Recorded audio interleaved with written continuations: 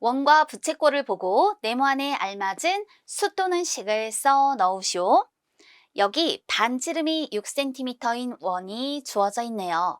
그러면 한 바퀴에 대한 중심각의 비율, 한 바퀴는 360도잖아요. 따라서 그 한 바퀴에 대한 중심각의 비율, 중심각 360도죠?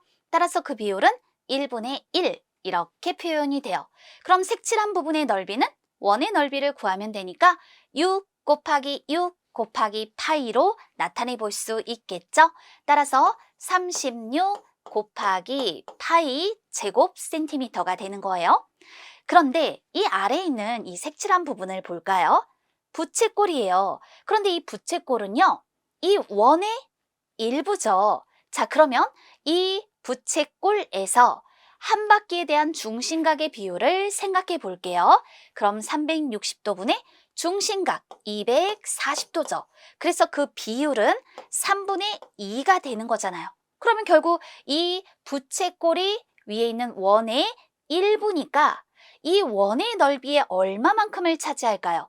3분의 2를 차지하게 되는 거예요. 즉 원의 넓이 36 곱하기 파이의 3분의 2만큼, 그래서 이렇게 3분의 2를 곱해주면 되는 거죠. 그럼 이 3분의 2라는 것은 원래 한 바퀴에 대한 중심각의 비율이었잖아요. 그럼 생각해보면 원의 넓이 곱하기 360도분의 중심각 이렇게 표현하면 이 부채꼴의 넓이를 구할 수 있었던 거였겠구나. 이렇게 생각해 볼 수 있죠? 그럼 요건 계산하니까 어떻게 될까요? 24 곱하기 파이 제곱 센티미터 이와 같이 나타낼 수 있어요.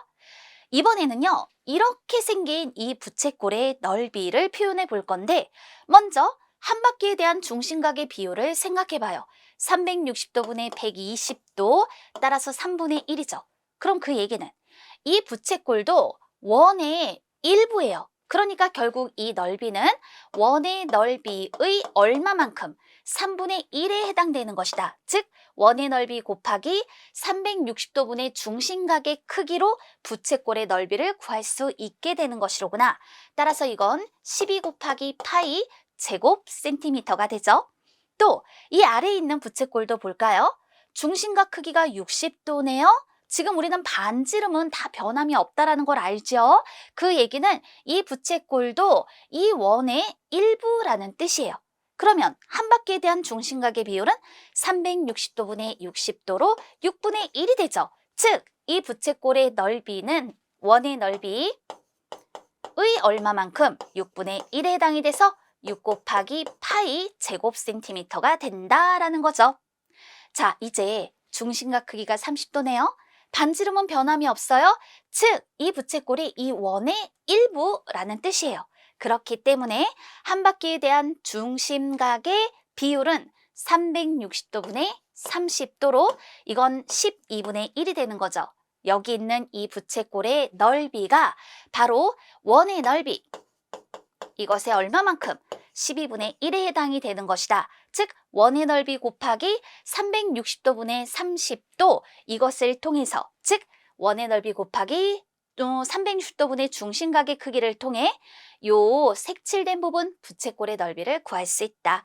따라서 이건 3 곱하기 파이 제곱 센티미터가 되는 거예요. 무엇을 알 수 있을까요? 부채꼴의 넓이는 그러니까 원의 넓이 곱하기 360도 분의 중심각의 크기로 구할 수 있다라는 것을 확인해 볼 수 있겠습니다.